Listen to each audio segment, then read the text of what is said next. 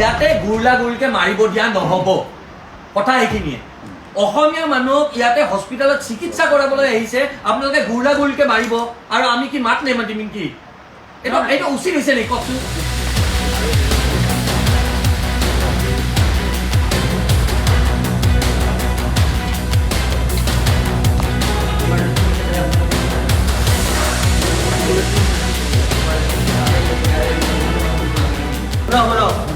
এখন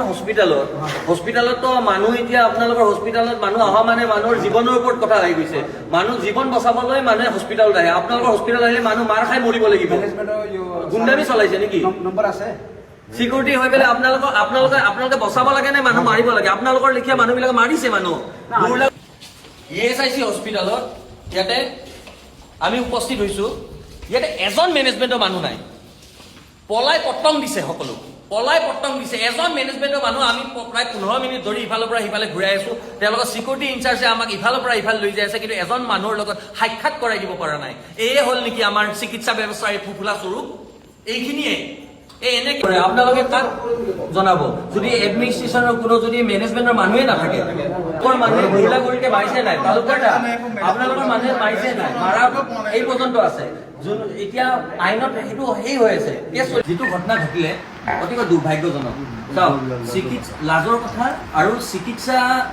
ফলত মানুহ আহে মানে জীৱনটো বচাবলৈ যে মই বেমাৰত পৰিছোঁ মই জীৱনটো বচাব লাগে মোক ডক্টৰখিনিয়ে বচাব সেইটো লৈয়ে আহে সেই মানসিকতাটো লৈ পেলাই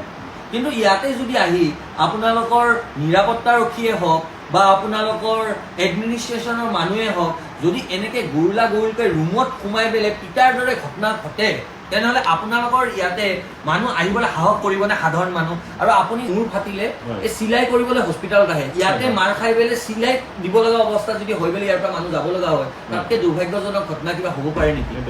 হয়নে নাই এই বস্তুটো মানুহে এটা বিশ্বাসত আহে যে চিকিৎসালয়ত আহিলে আমি মানুহটো বাচিম কিন্তু ইয়াতে আহি পেলাই মাৰ খাই পেলাই মৰিব লগা যদি অৱস্থা হয় তেওঁলোকে যিটো কৰিছে দেই আমাৰ যিটো পুলিচ আহিছে বা তেওঁলোকে যি ব্যৱস্থা লৈছে আমি তেওঁলোকক পুৰা সহায় কৰিছোঁ ভিডিঅ' ফুটেজ লৈছে বা তেওঁলোকক এৰেষ্ট কৰিছে আমি একদম সহায় কৰি আছোঁ তেওঁলোকক যেতিয়া পুলিচে আহিছে ভিডিঅ' ফুটেজ বিচাৰিছে চবখিনি তেওঁলোকক দিছোঁ আৰু কালি দুৰ্ভাগ্যজনক ঘটনা আৰু ভয়ানক ঘটনা সংঘটিত হ'ল তেওঁলোকৰ পৰা আভাস ল'লোঁ তেওঁলোকৰ মনৰ কথা জানিলোঁ আৰু আমাৰ মনৰ কথা আমাৰ দাবীসমূহ তেওঁলোকৰ আগত ৰাখিছোঁ আৰু এই কথাটো স্পষ্ট তেওঁলোকে এই ঘটনাটো অতিকৈ দুৰ্ভাগ্যজনক বুলি কৈছে তেওঁলোকে ষ্টেপ লৈছে আৰু যিখিনি আইনী প্ৰচেছ সেইটোত তেওঁলোকে সহযোগ কৰিম বুলি আমাক কথা দিছে আৰু দ্বিতীয়তে আমি আমাৰ ফালৰ পৰা দাবী জনাইছোঁ যিটো চিকিউৰিটি এজেঞ্চিয়ে ইয়াতে তেওঁলোকে কাম কৰি আছে সেই চিকিউৰিটি এজেঞ্চিটোৰ ওপৰত তেওঁলোকে ষ্টেপ ল'ব লাগে পদক্ষেপ ল'ব লাগে ব্যৱস্থা ল'ব লাগে আৰু দ্বিতীয়তে যি দুজন মানুহক এনেকৈ গুৰলা গুৰিকৈ প্ৰহাৰ কৰা হ'ল তেওঁলোকৰ সমস্ত খৰচ ক্ষতিপূৰণ চিকিৎসা ব্যৱস্থাৰ সমস্ত খৰচ ESIC হস্পিটেল আপোনালোকে বহন কৰিব লাগিব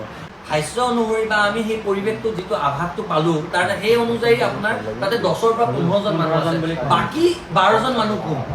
আমাক সেইটো লাগে সেই ৰুমটোত যে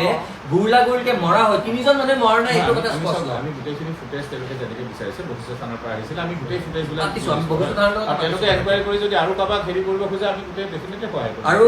এই যে গ্ৰুপ 5 নামৰ আপোনালোকৰ এজেঞ্চিটো যাৰ কাৰণে আজি এই গোটেই ঘটনাটো সংঘটিত হ'ল এওঁলোকৰ ওপৰত আপোনালোকে কেনেকুৱা ধৰণৰ কি পদক্ষেপ তেওঁলোকে আমাৰ এডমিনিষ্ট্ৰেশ্যনে কালি অলৰেডি তেওঁলোকক জনাই দিছে তেওঁলোকৰ মালিকজন ৰাজু কলিতা তেওঁ বাহিৰত আছে বুলি এতিয়া তেওঁ কৈছে অহাৰ লগে লগে আহিব গতিকে আমাৰ ডেফিনেটলি অলৰেডি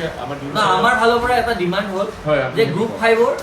গোটেই সেইটো বস্তুটো আপুনি চেঞ্জ কৰক গ্ৰুপ 5টো আপোনালোকে চেঞ্জ কৰিব লাগে 100% দিম গ্ৰুপ 5ৰ লগত আপোনালোকে যিটো চুক্তি সেই হৈ আছে সেই বস্তুটো বদনাম এটা হৈছে গম পাই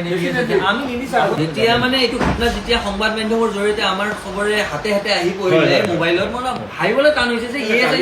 এনেকুৱা ধৰণৰ ঘটনা সংঘটিত কৰিছে মানে সিকিউৰিটি তাতে কিবা সুধিলে বেয়া পায় কাৰোবাৰ এটা প্ৰশ্ন কৰিলে বেয়া পায় আৰে প্ৰশ্নটো মোৰ দেৰি হৈ আছে মই ৰিপৰ্টটো 9টাত পাব লাগে 9:30 বাজিছে মই প্ৰশ্ন সুধিমেই স্বাভাৱিক কথা মই প্ৰশ্ন সুধিমেই আৰু সেই প্ৰশ্নটোৰ উত্তৰটো যদি দিব নোৱাৰে ঠিক আছে কিন্তু সেই বুলি উঠাই লৈ যাই পেলাই এটা ৰুমত গুৰলা গুৰিকে মাৰিব সেই কথাটো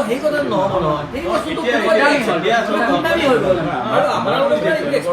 আমি বিচাৰিছোঁ পোনপ্ৰথমে এই যোনজন কলিতা উপাধিৰ এই মানুহ দুজনক আপোনালোকে ক্ষতিপূৰণ দিব লাগিব ক্ষতিপূৰণ দিয়াৰ আৰু চিকিৎসা ব্যৱস্থা সমস্ত খৰচ আপোনালোকে বহন কৰিব লাগিব দ্বিতীয় কথা হ'ল যিটো এজেঞ্চিৰ পৰা এই কাজিয়াখন সংঘটিত হ'ল, সেই এজেঞ্চিটোক ইয়াৰ পৰা অনতিপলমে আপোনালোকে বিদায় দিব লাগিব। এই বিদায় দিয়ক, এজেঞ্চিটোৰ লগত কথা পাতক, কাৰণ দুৰ্ভাগ্যজনক ঘটনা। যদি এজনে এইটো ঘটনা সংঘটিত কৰিলে হ'ব লগা নাছিল, গোটেই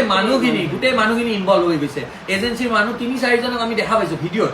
সেইখিনি মানুহ ইনভলভ হৈ গৈছে। এইখিনি মানুহক সেই কৰক। আৰু তৃতীয় কথাটো হ'ল মানুহক এনেকৈ আশ্বস্ত কৰিব পৰা আপোনালোকৰ ফালৰ পৰা এনেকুৱা ধৰণৰ সেই কৰক, যাতে ESICত দুৰ্ভাগ্যজনক ঘটনা এটা সংঘটিত হৈছে, সদায় এনেকুৱা ধৰণৰ ঘটনা সংঘটিত নহয়। কাৰণ এনেকুৱা এটা মেছেজ মানুহৰ ঘৰে ঘৰে গৈছে, মানুহৰ